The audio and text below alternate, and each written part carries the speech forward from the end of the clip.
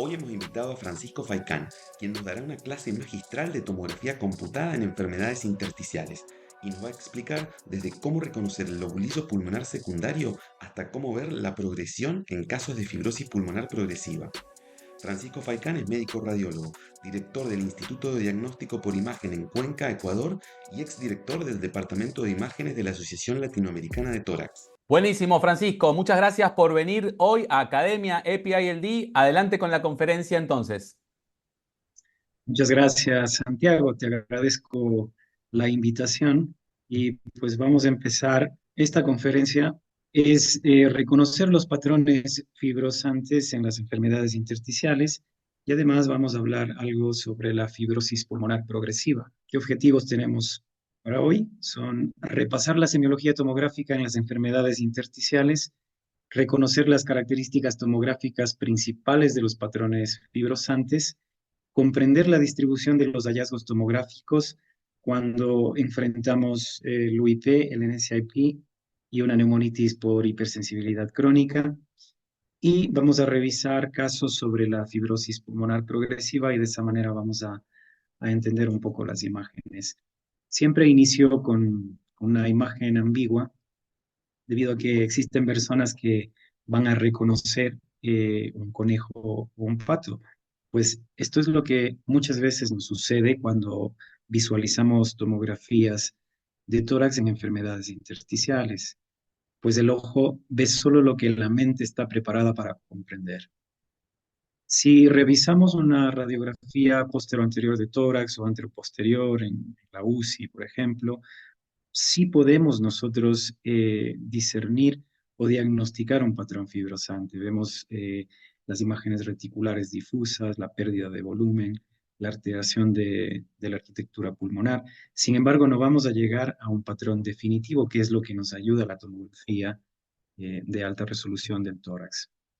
Siempre inicio con esta gráfica que nos permite entender el por qué es importante distinguir los patrones fibrosantes, distinguir entre UIP, distinguir entre NINE o hacer la diferencia con un patrón celular.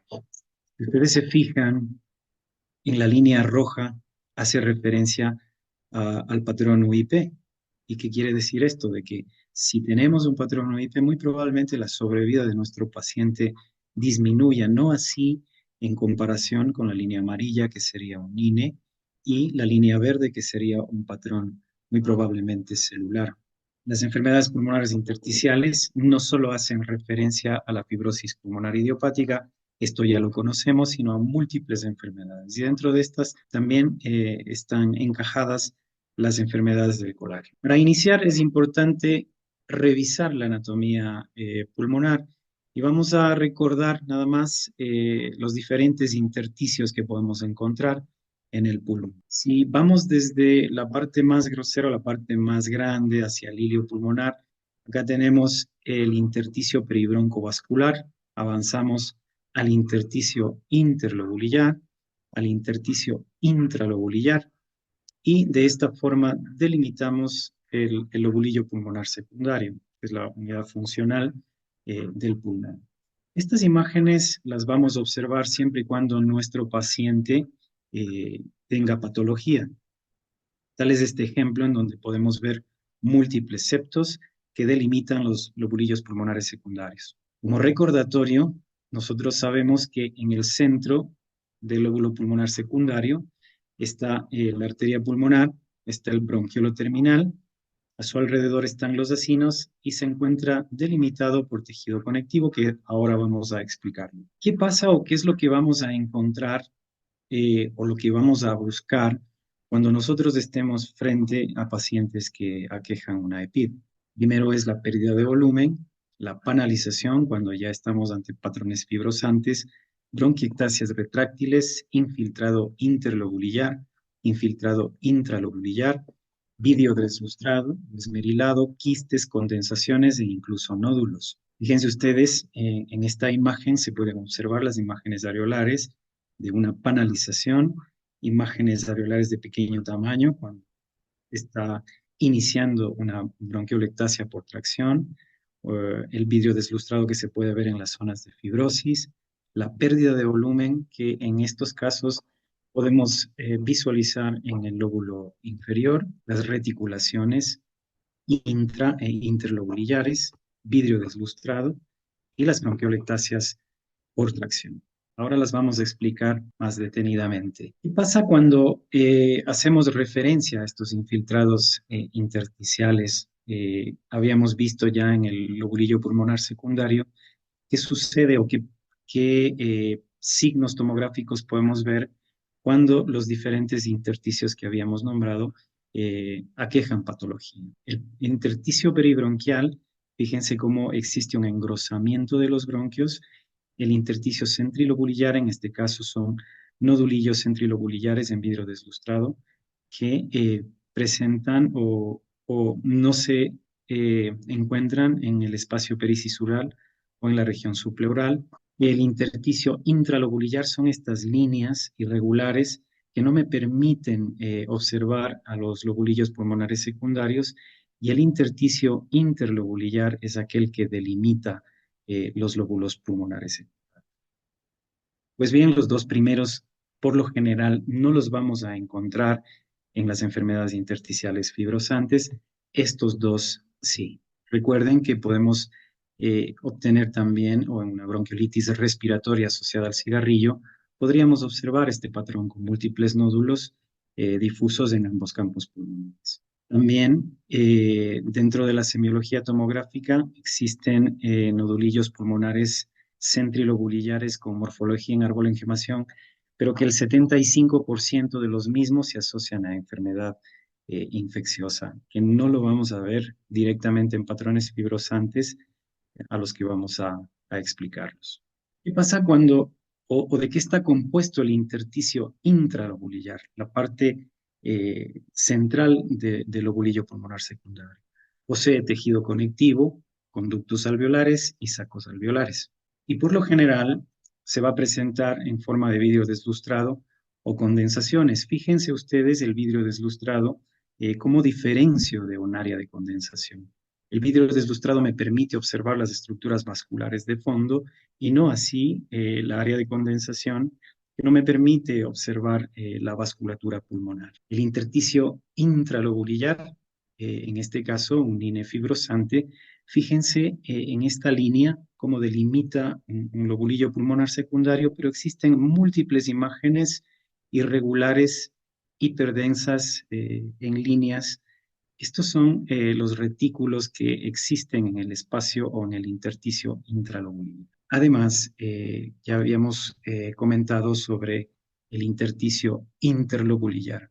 ¿Cuál es este intersticio? Es aquel que delimita los lobulillos pulmonares secundarios, y este está conformado por tejido conectivo, vasos linfáticos y venas. ¿Qué pasa cuando este intersticio se altera? Podemos tener estos tres ejemplos o imágenes en la tomografía, en este caso una linfangitis carcinomatosa, que son las reticulaciones irregulares con nódulos en su espesor. El edema liso, en caso de un edema de pulmón, se delimita el intersticio y nos permite ver adecuadamente los lobulillos pulmonares secundarios, y en un patrón fibrosante que existe tanto engrosamiento intralobulillar como engrosamiento interlobular. Fíjense ustedes, es muy difícil aquí delimitar los lobulillos pulmonares secundarios debido a que tanto el engrosamiento es intra e interlobulillar. El patrón empedrado podríamos observarlo en algunos casos, sí, y es una sobreposición de un patrón reticular con vidrio deslustrado extenso. Y tenemos múltiples causas, que dejo este artículo que es muy interesante del doctor Rossi y muy didáctico para entender todas las causas de las cuales vamos a observar. Esto lo habíamos visto incluso en pacientes no necesariamente con PID, sino pacientes con COVID. Cuando hacemos referencia a la pérdida de volumen, en lo que los signos radiológicos, especialmente que nosotros observamos, es una reconstrucción multiplanar sagital, y visualizamos las cisuras, en este caso la cisura mayor, esa tracción posterior, la elevación del hemidiafragma, nos habla de una pérdida de volumen ya del parénquima pulmonar. Y tengo un ejemplo en donde ustedes pueden observar la cisura mayor en una reconstrucción multiplanar sagital, y con el pasar del tiempo, este paciente llegó a ser una fibrosis severa y ya no podemos observar la cisura mayor. La cisura mayor está completamente hacia posterior. Las bronquiolectasias por tracción son importantes reconocerlas, y su localización es lo que nos va a permitir discernir entre algunos de los patrones. En este caso, si ustedes se fijan, esta bronquiolectasia por tracción es broncocéntrica, que quiere decir de que por lo general no contacta la región subpleural de los campos pulmonares. Aquí tenemos un ejemplo de una bronquiolectasia por tracción periférica, la misma que llega a la región subpleural o contacta la región subpleural. Y tenemos otro caso de un paciente con una fibrosis extensa, en donde observamos estas bronquiolectasias por tracción asociadas a un patrón panal severo y extenso. Cuando hablamos de panalización, hablamos de una destrucción del parénquima pulmonar. Y nosotros los radiólogos tratamos de reconocerlo, esta panalización en fases muy tempranas. No es lo mismo reconocer una panalización en este estado de severidad, en un paciente con mucha cronicidad, en donde por lo general no vamos a poder hacer nada ya con el tratamiento, a visualizar imágenes areolares o como el concepto actual lo menciona. No debemos nada más llamar a panalización a estas múltiples imágenes areolares, sino podemos llamar panalización incluso a una sola hilera de estos quistes pequeños, que pueden medir entre 3 y 10 milímetros. Por lo general son subpleurales. Hemos visto muchos patrones de panalización broncocéntrica, especialmente asociados a enfermedades del colágeno o asociadas a vasculitis incluso, pero por lo general ellas están en la región subpleural. Existe una discordancia incluso entre radiólogos expertos de hasta un 29%, en donde se puede confundir entre enfisema y un patrón fibrosante adyacente. Fíjense la evolución del panal que podríamos de inicio observar como estas imágenes areolares pequeñitas. Acá tenemos una hilera muy marcada de panal asociada a una bronquiolectasia por tracción periférica, y acá en el paciente de la parte inferior una panalización ya establecida, muy severa, una fibrosis bastante avanzada. Dentro de la guía que nosotros seguimos para el diagnóstico de los patrones fibrosantes, o en especial en este caso de la fibrosis pulmonar idiopática y de la fibrosis pulmonar progresiva que salió en el 2022. Para nosotros los radiólogos fue muy interesante este paper, debido a que el patrón UIP fibrosante y el probable UIP ya nos dicen que tiene una muy relación con la pieza patológica y la tomografía, es decir, una concordancia de más del 90% si es que yo puedo observar una tomografía adecuadamente. Y esto es lo que vamos nosotros hoy a repasar. Lo primero que tenemos que nosotros entender es que existen dos tipos de patrones en las enfermedades fibrosantes. Primero, un patrón celular en el cual no está ninguna de la semiología tomográfica que acabé de explicar. Acá no observamos panalización, no observamos bronquiolectasias por tracción, no tenemos esa pérdida del volumen del parénquima. Y el patrón fibrosante, en donde sí observamos bronquiolectasias por tracción, reticulaciones, panalización, etc. Al hacer esta diferenciación podemos avanzar al siguiente paso, que es evidenciar los tres patrones principales fibrosantes. Sin embargo, les voy a dar un ejemplo de patrones celulares en los cuales no tenemos fibrosis, pero sí tenemos una alteración del intersticio del parénquima pulmonar. Fíjense ustedes, múltiples nodulillos centriloburillares en vidrio deslustrados, difusos en ambos campos pulmonares.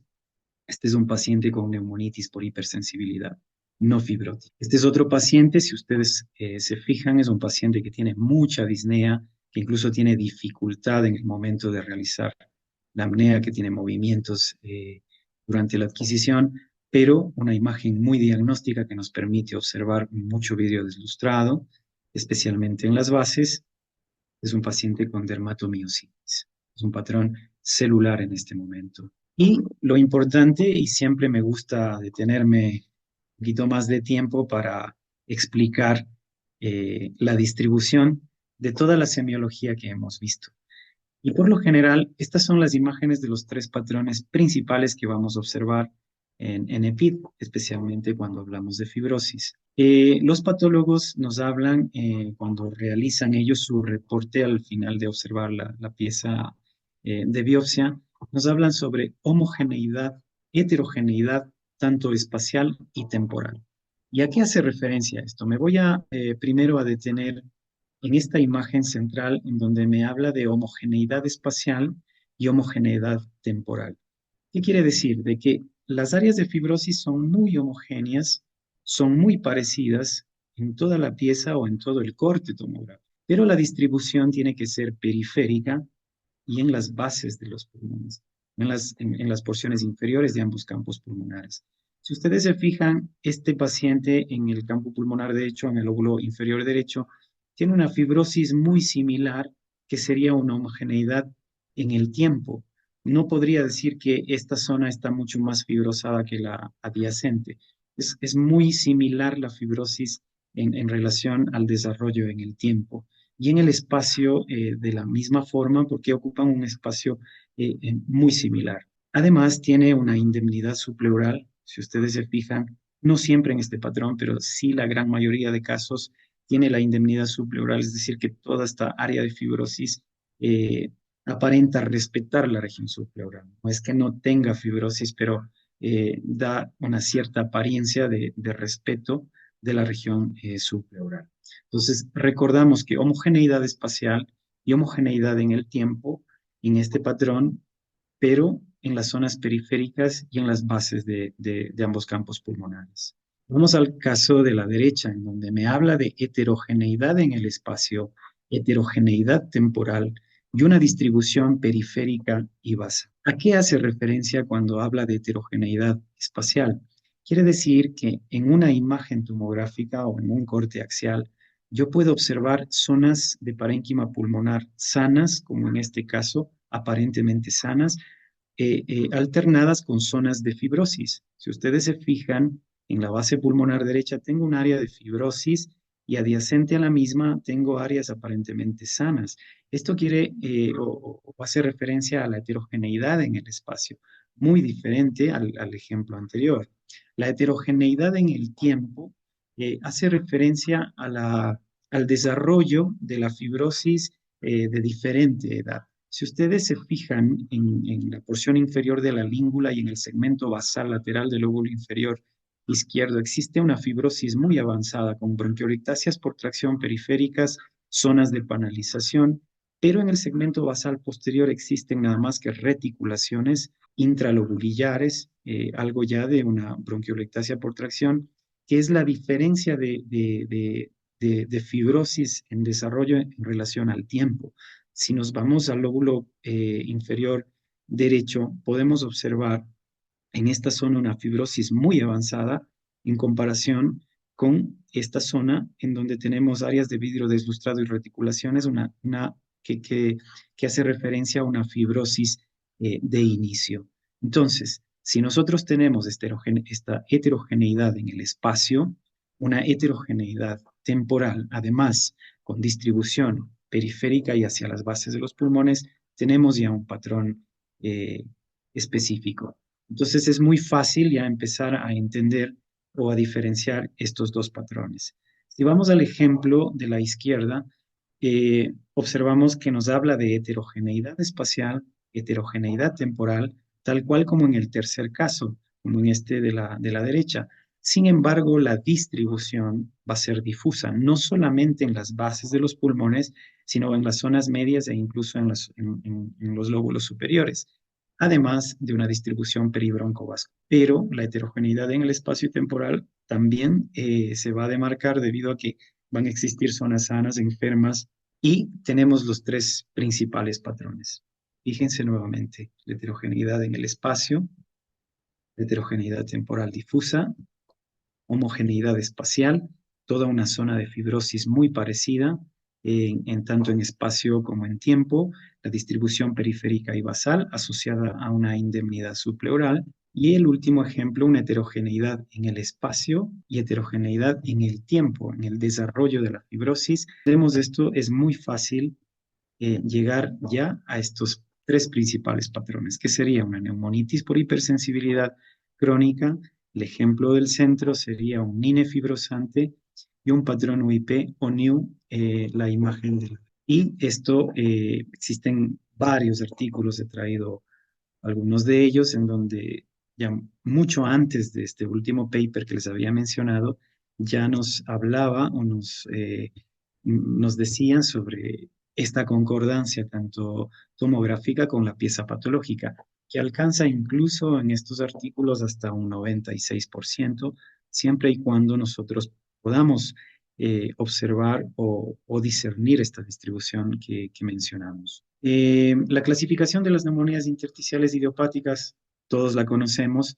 En estos principales grupos serían neumonías intersticiales fibrosantes crónicas relacionadas al cigarrillo, agudas y subagudas, idiopáticas raras. Nos vamos a referir en este caso a la fibrosis pulmonar idiopática con su patrón NIU o UIP, la neumonía intersticial no específica con su patrón, tal cual como su nombre, NINE fibrosante.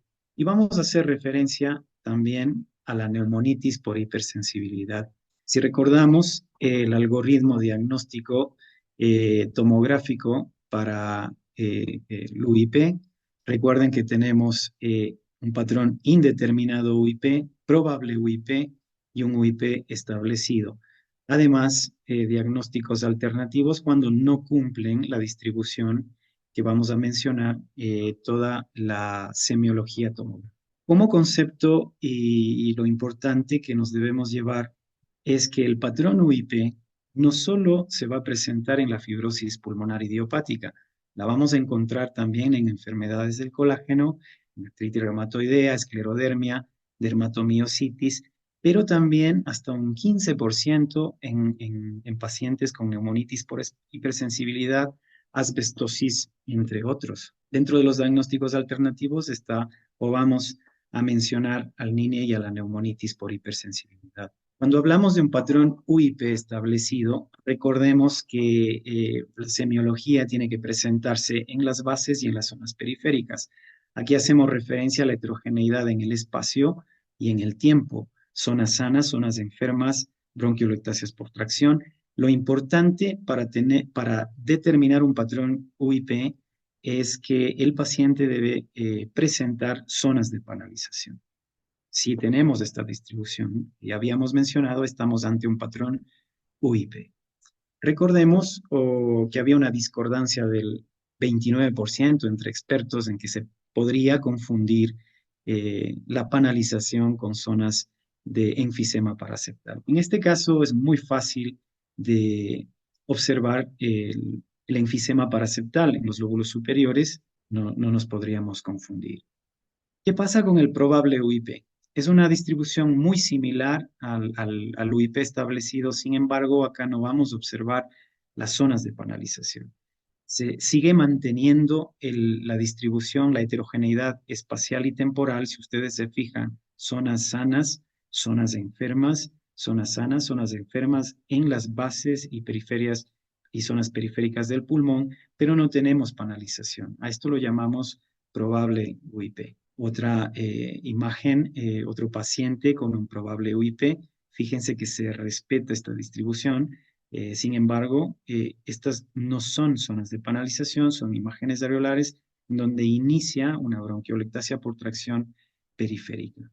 Importante recordar que estos pacientes o todos los pacientes que presentan un patrón fibrosante tienen una alta incidencia de presentar lesiones nodulares y en este caso procesos neoformativos, donde observamos un nódulo irregular subpleural en donde obtuvimos una muestra percutánea y fue un adenocarcinoma. Y el patrón indeterminado que no cumple con los dos anteriores. No presenta bronquiolitasias por tracción, no posee panalización, pero sí reticulaciones.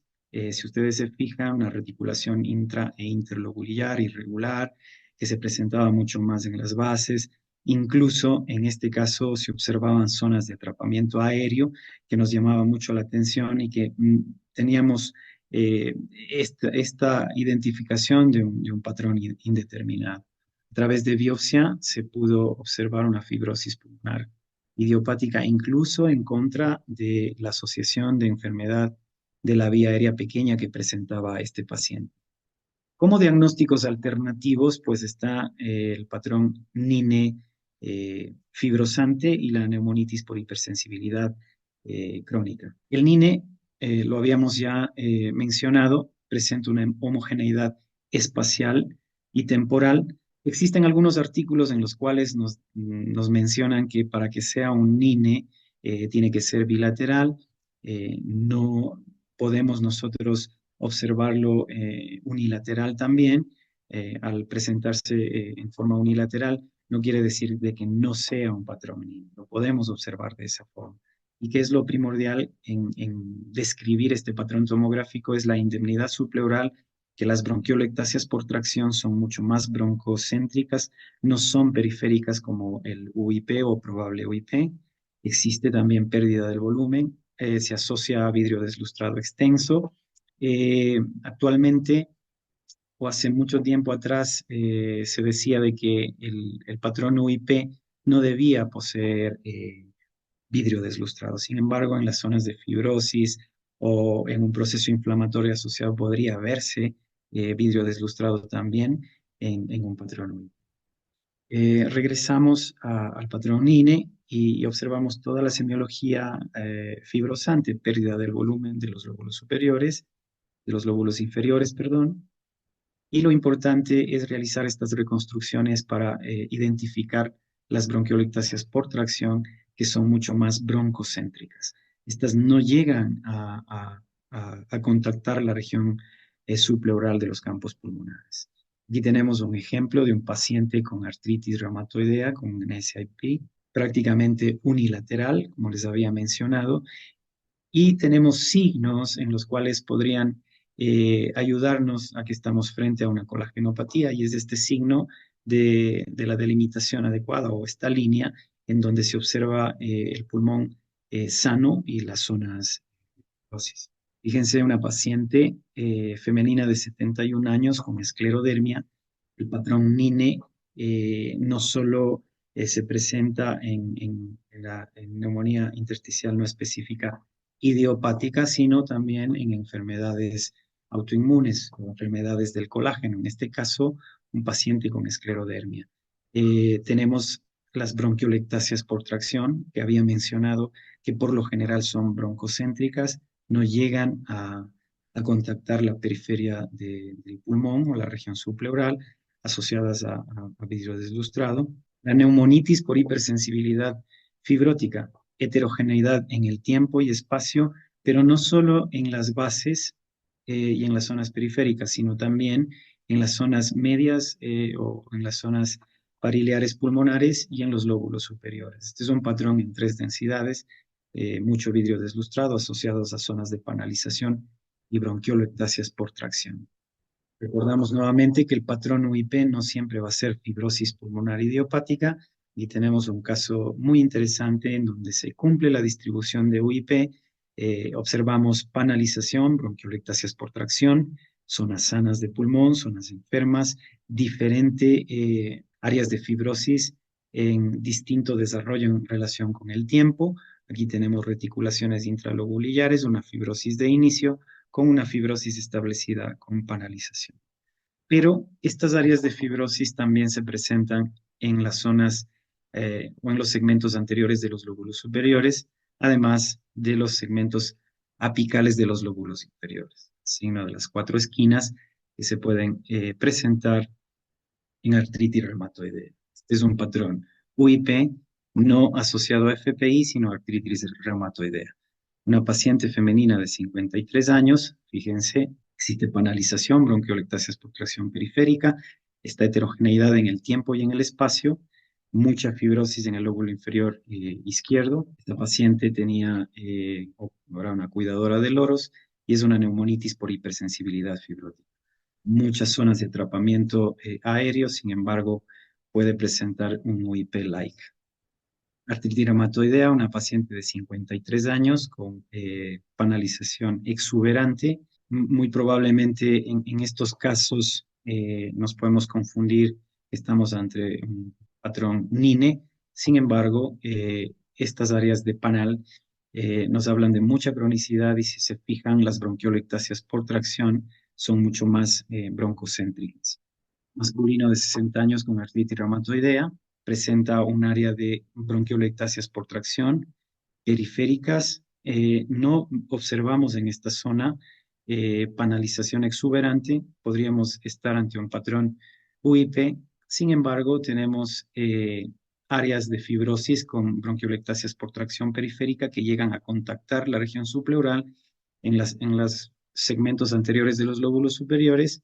Fíjense, es importante la reconstrucción multiplanar sagital del pulmón para visualizar la retracción de la pleura, de la cisura, perdón, hacia la parte posterior por disminución del volumen de los lóbulos inferiores. Otro paciente en donde observamos bronquiolectasias por tracción muy periféricas, zonas de atrapamiento aéreo, mucho vidrio deslustrado, y esta es una neumonitis por hipersensibilidad fibrosa. Otro paciente con panalización exuberante, habíamos explicado esta línea muy clara que demarca zona de pulmón sin fibrosis y las áreas de fibrosis establecidas, que por lo general se presentan en enfermedades del colágeno, con alteración y zonas de fibrosis en los segmentos apicales de los lóbulos inferiores y en los segmentos anteriores de los lóbulos superiores. Este es un paciente con un patrón UIP por artritis reumatoidea. Podría presentarse un patrón UIP también asociado a fibroelastosis pleuropulmonar. Sí, este es un ejemplo. Fíjense en las zonas inferiores o en las zonas basales de los campos pulmonares existe panalización con reticulaciones intralobulillares, la misma distribución. Sin embargo, existen zonas de fibrosis y reticulaciones en los vértices pulmonares. A través de biopsia se diagnosticó una fibroelastosis pleuropulmonar. Neumonitis por hipersensibilidad fibrótica, ya habíamos visto algunos casos. Esta está asociada a una gran hernia hiatal por deslizamiento. Tenemos mucho atrapamiento aéreo. Siempre lo que nos da ese diagnóstico diferencial o lo que nos ayuda a visualizar las imágenes es la asociación de la enfermedad de la vía aérea pequeña. La neumonitis por hipersensibilidad por lo general presenta engrosamiento peribronquial difuso, como en este caso. Fíjense, los bronquios, habíamos hablado sobre el intersticio peribroncovascular, está incrementado, está engrosado, asociado a estas zonas de fibrosis en las bases, y este fue un caso de neumonitis por hipersensibilidad fibrótica. Un paciente con una posinfección de H1N1, sin embargo, posee un patrón UIP. Una sarcoidosis, hay que diferenciarla, sí, es muy diferente a las imágenes que habíamos observado hace un momento. Estas zonas de fibrosis son mucho más ilioapicales y bilaterales. Cuando hablamos de fibrosis pulmonar progresiva, debemos recordar que vamos a tener un 13 al 40% de pacientes que van a desarrollar este tipo de patrón. ¿Y qué es lo que nos ayuda en el diagnóstico a pensar de que estamos frente a un paciente con fibrosis pulmonar progresiva, o cómo lo vamos a diagnosticar? Mediante el incremento de la extensión de la fibrosis que se la hace por imagen a través de la tomografía, pero además por el empeoramiento de las pruebas de función pulmonar, como ustedes las conocen, y el progreso de la dificultad respiratoria. Dentro del artículo nos da los tres puntos principales en los cuales nosotros debemos observar estos signos, y nada más vamos a observar la parte radiológica, que es lo que en este momento vamos a entender. Existen artículos de hace muchos años en donde ya nos hablaban de este empeoramiento de la sobrevida cuando teníamos diferentes patrones tomográficos. Fíjense ustedes en la tomografía, el patrón UIP tiene una muy baja sobrevida en comparación con el NINE fibrosante, tal cual luego se realiza la biopsia y observamos la misma relación. Cuando observamos bronquiolectasias por tracción o bronquiolectasias en desarrollo dentro de nuestros pacientes, pues la sobrevida disminuye cuando éstas incrementan en número. Y ya está demostrada que la tomografía con alta resolución y al diferenciar los diferentes patrones, la distribución, nosotros podemos ser muy certeros en visualizar todos estos signos. Importante también dentro de los estudios tomográficos reconocer el mosaico en atenuación o las nuevas zonas con mosaico en atenuación, debido a que empeoran la sobrevida de los pacientes, así como el incremento del diámetro de la arteria pulmonar y, por ende, o lógicamente, el incremento del, de la panalización. Aquí tenemos algunos ejemplos. Fíjense ustedes en pacientes. Este es un paciente con neumonitis por hipersensibilidad.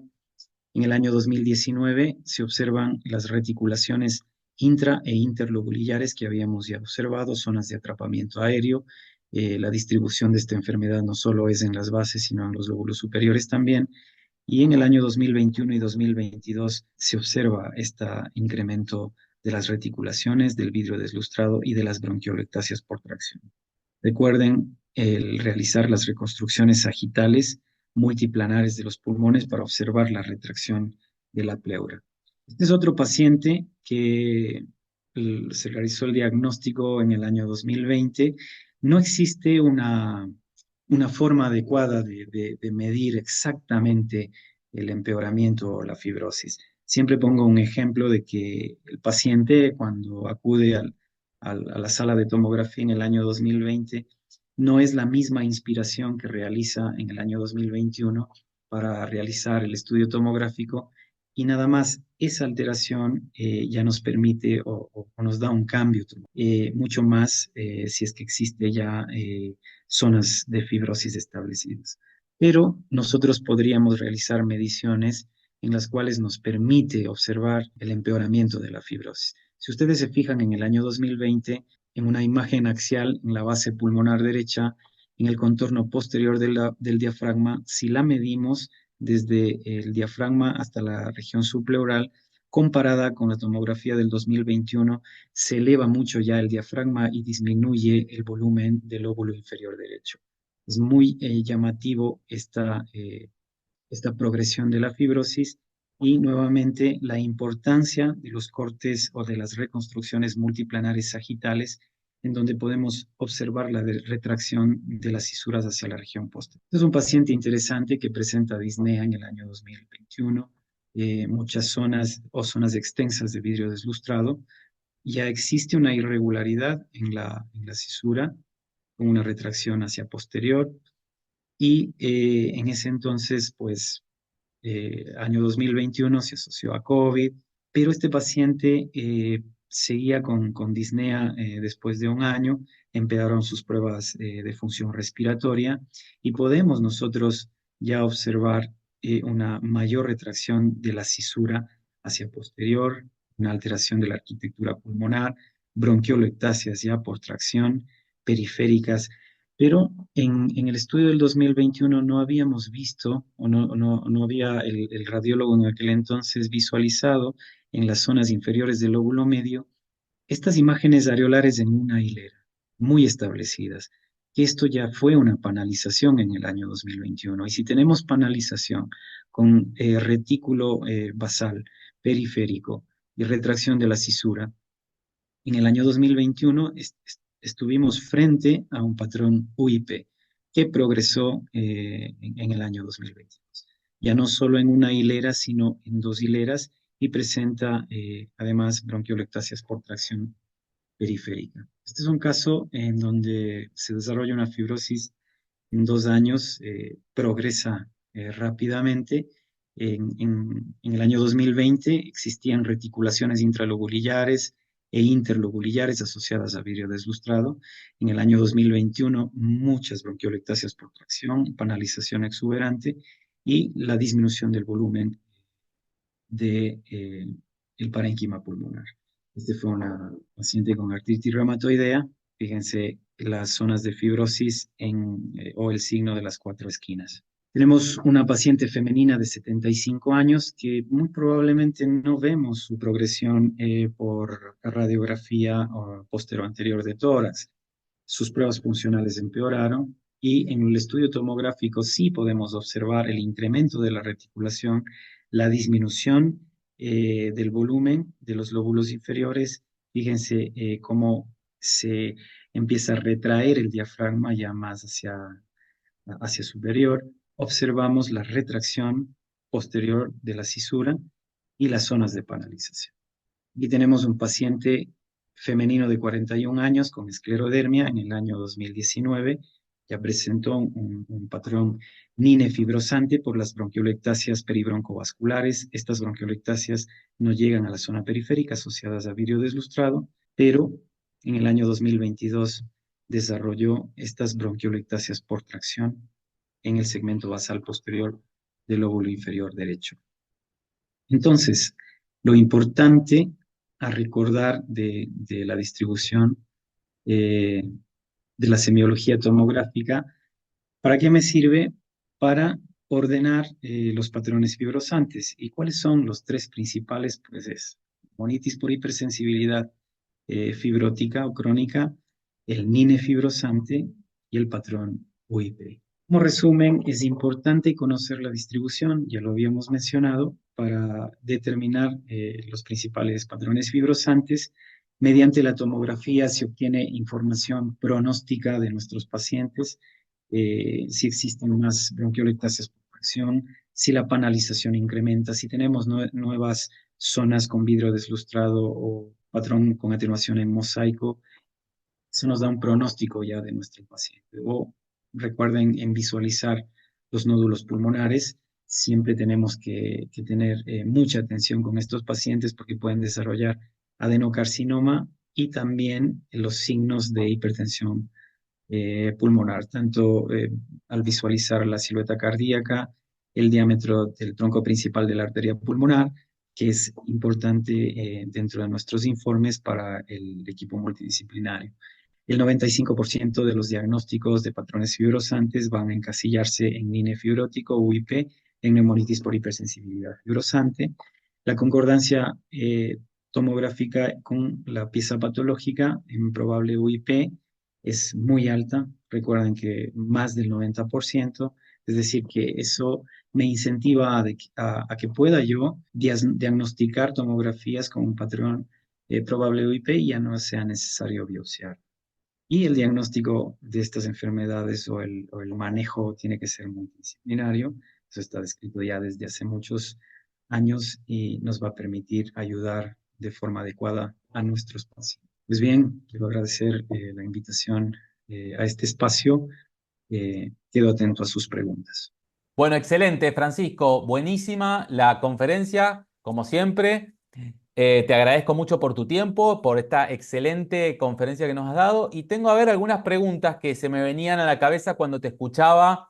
Un tema que me parece que es importante remarcar para la audiencia es el tema del vidrio esmerilado.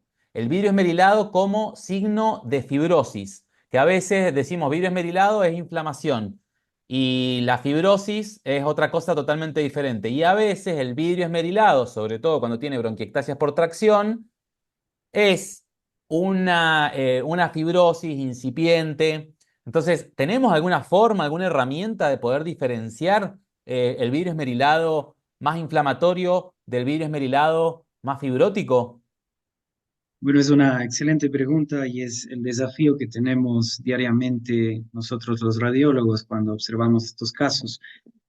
Pienso que sería primordial el empezar la respuesta en por qué la densidad normal del pulmón. Entonces, la densidad normal del parénquima pulmonar, la que nosotros lo vemos normalmente en la tomografía, está dada por la proporción aérea, digamos, el aire que está dentro de los alvéolos, el tejido conectivo que tienes dentro del lobulillo pulmonar secundario y la vascularización pulmonar. Cuando existe este equilibrio que tiene cada uno su porcentaje normal, tú vas a tener la atenuación normal. ¿Qué pasa cuando se altera esto? Entonces va a disminuir primero la cantidad de aire, va a empezar a existir incremento del tejido conectivo, inflamación del tejido conectivo, tú vas a tener vidrio deslustrado.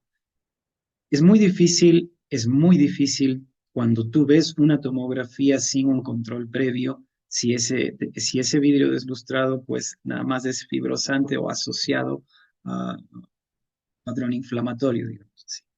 Además, si tú no tienes los datos clínicos o no tienes el laboratorio o el equipo multidisciplinario, no podrías, o a veces nosotros no podemos lanzarnos directamente a decir todo esto es un proceso inflamatorio asociado a un patrón UIP, por ejemplo. Pero por lo general, cuando tú tienes o como regla, actualmente se permite que un patrón UIP tenga vidrio deslustrado. ¿Sí? Anteriormente tú veías un patrón UIP y tenías algo de vidrio deslustrado adyacente a las zonas de fibrosis y tú decías, sí, este es un proceso inflamatorio asociado a una infección asociada. Pero ahora no es tal. Pero es altamente complicado en el momento que tú estás dentro del diagnóstico. Para conectar con esa pregunta, te quiero hacer quiero que me des tu pensamiento sobre esto. Más o menos ¿en qué año apareció la tomografía computada? A ver, recordame. ¿En qué año más o menos? ¿En el 85, 90, por ahí? Sí, o sea, dentro de nuestras zonas, yo creo que ya en los años 90 que nosotros Supongamos teníamos que en los años tomógrafos. 90 ya estaba como establecido la tomografía computada como una tomografía muy básica, ¿no? Porque vemos esas imágenes de los años 90 y eran muy básicas. Y hoy tenemos una tomografía, 30 años después estoy hablando, y tenemos una calidad impresionante de las tomografías donde vemos detalles de el engrosamiento septal inter e intralobulillar y hablamos de detalles tan específicos que creo que ni se los imaginaban en 1990. Y ahí va la pregunta, esto que estamos viendo como vidrio esmerilado, fibrosis, ¿no? Fibrosis incipiente que se presenta como vidrio esmerilado con algunas bronquiectasias por tracción. ¿Podremos algún día con las nuevas tomografías computadas del futuro, podremos ver más allá?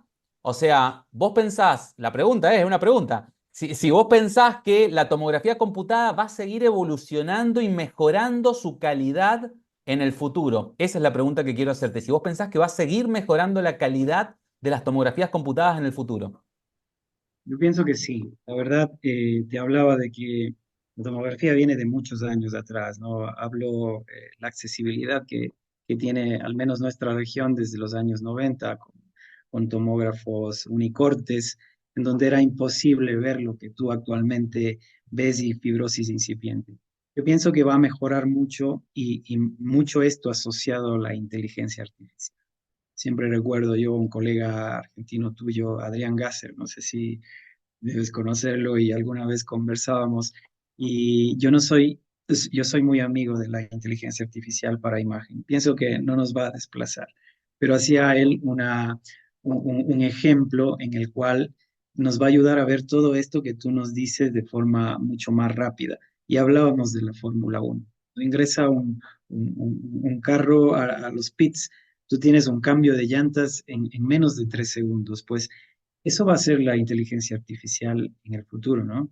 Te va a ayudar como radiólogo y como profesional a delimitar esas imágenes muy sutiles o reticulaciones intralobulares supleorales muy sutiles, en las cuales muchas de las ocasiones se te puede ir a los ojos de un ser humano incluso entrenado.